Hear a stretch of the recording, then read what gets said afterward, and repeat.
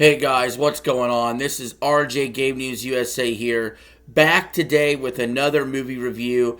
And today we're going to go over the Rotten Tomatoes scores for The Bride, which is coming to theaters Friday, March 6th. It's got a 2 hour and 6 minute runtime. It got a 60% on Rotten Tomatoes. Personally, I'm passing on this movie. I wasn't really that interested in doing a Frankenstein Bride movie, but it's got a lot of attention. It's the big movie this week, so let's go over the reviews. So if you're new to the channel, like, share, sub. Let's jump right into it. Anthony O'Connor gave it a Rotten Tomato, saying a noisy, uneven, and chaotic mixture that takes huge, ambitious swings, but sadly rarely connects. Pamela Powell also gave it a Rotten Tomato, saying Maggie Gyllenhaal takes on the ambitious dual role as writer and director in this reimagining of the Frankenstein mythos, but the result is an overburdened, tonally erratic exercise in style over substance. Mario Allegro, with a fresh tomato, says The Bride is kind of a mess, but the that's interesting variety.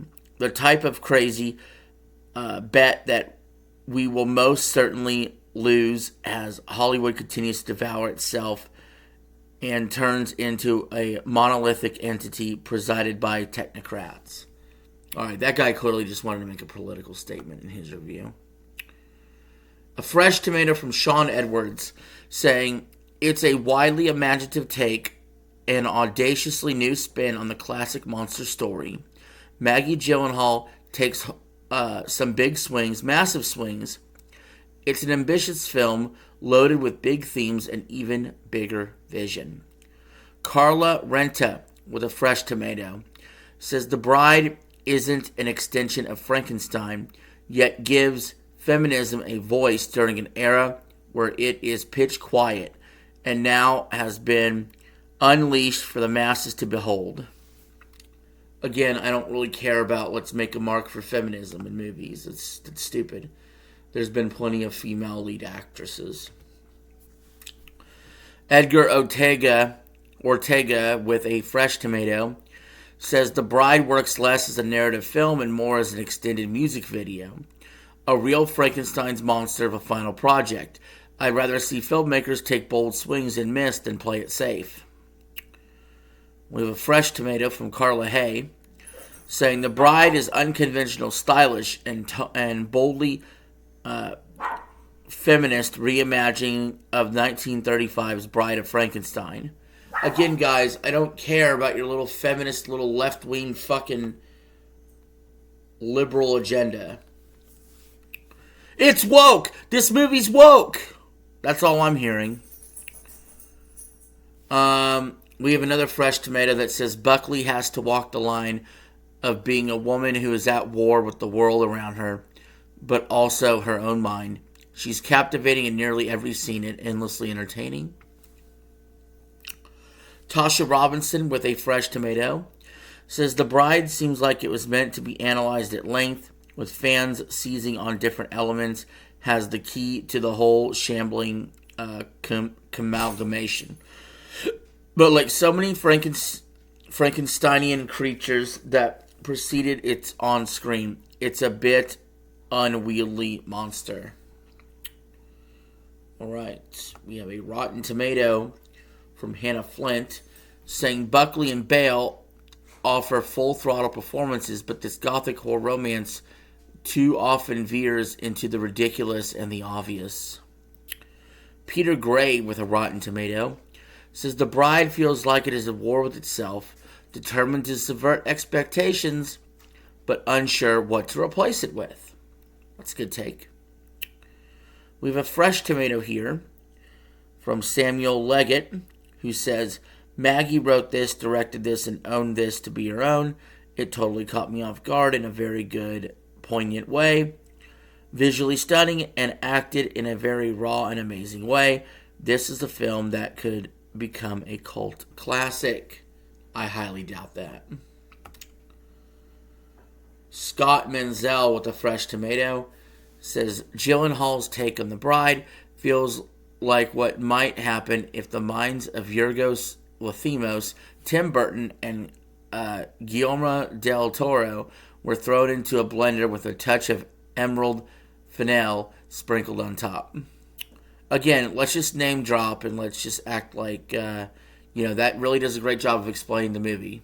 You're just literally just name dropping people. Nadia Martinez with a fresh tomato says compelling, wildly romantic, and adventurous reimagining of the Mary Shelley classic. While a love letter to cinema and sci-fi, the violent, imaginative punk rock Bonnie and Clyde film also explores themes of societal and gender norms.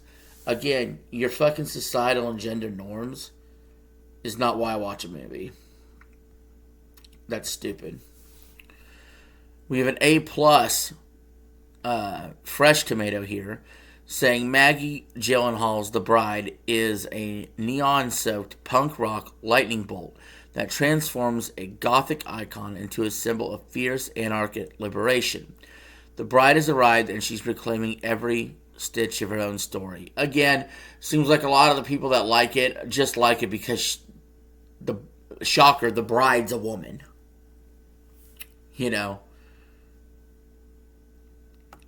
We have AV Offer with a Rotten Tomato.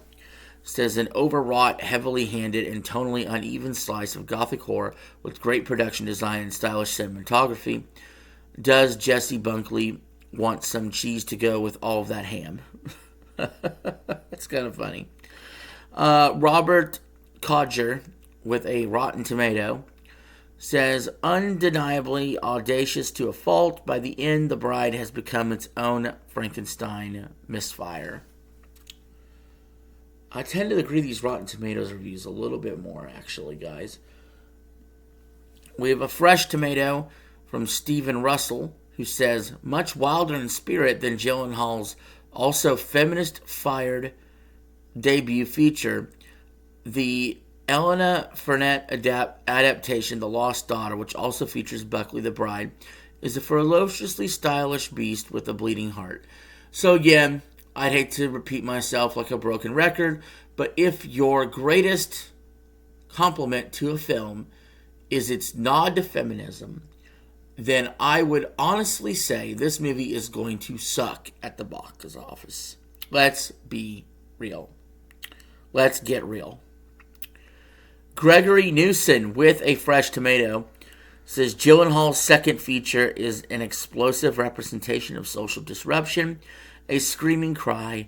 The bride utilizes influence to belt a clarion against hedonism, police complicity, violence against women, and the patriarchal system that binds. Okay. I went from this movie looking to be mildly entertaining to now I kind of fucking hate this movie. Because now we're just taking shots at the patriarchy. And I'd hate to bring this up, but feminism only exists because they appeal to the patriarchy due to forced doctrine. Because of benevolent men, women have been able to live good lives in a rather feminist society. Because in plenty of countries around the world, because the patriarchy exists in every single country, the countries around the world who don't have as many benevolent men with Judeo-Christian values force their women to wear burqas and give them almost no rights. Sometimes don't let them drive or be able to be accompanied without a man or certain rules like that. Under, we'll say, different religions, right? Or different societies that other than Western civilization. So, meanwhile, in Western civilization, what we have going on here is a bunch of, excuse my French, ungrateful bitches who think they could just walk all over male society, complain about the patriarchy, bitch about the patriarchy, but yet will have to appeal to the patriarchy in order to be defended, protected, and in order for society to serve them. This is a self-defeating prophecy, like a snake eating its own tail. So, we could continue to go down this road and see declining birth rates, and we can just roar how great feminism is all day long, every day. Or we could get real and realize that individuals need praise for doing individual acts, not in any sort of subset of group, whether it be religious, whether it be race, whether it be gender. When you start praising individuals for individual acts, then we as a society will finally be evolved. Until then, a lot of these reviewers are just, especially the male reviewers, who are praising the feminism in the movie, are not only cucks, but they're doing a disservice to not only their gender, but actually to the female gender as well, because they're not giving them the credit as far as being an actress goes for simply being a good actress, but just trying to attest a bunch of political ad hominems onto their performance to suit their narrative and to virtue signal. So go fuck yourself.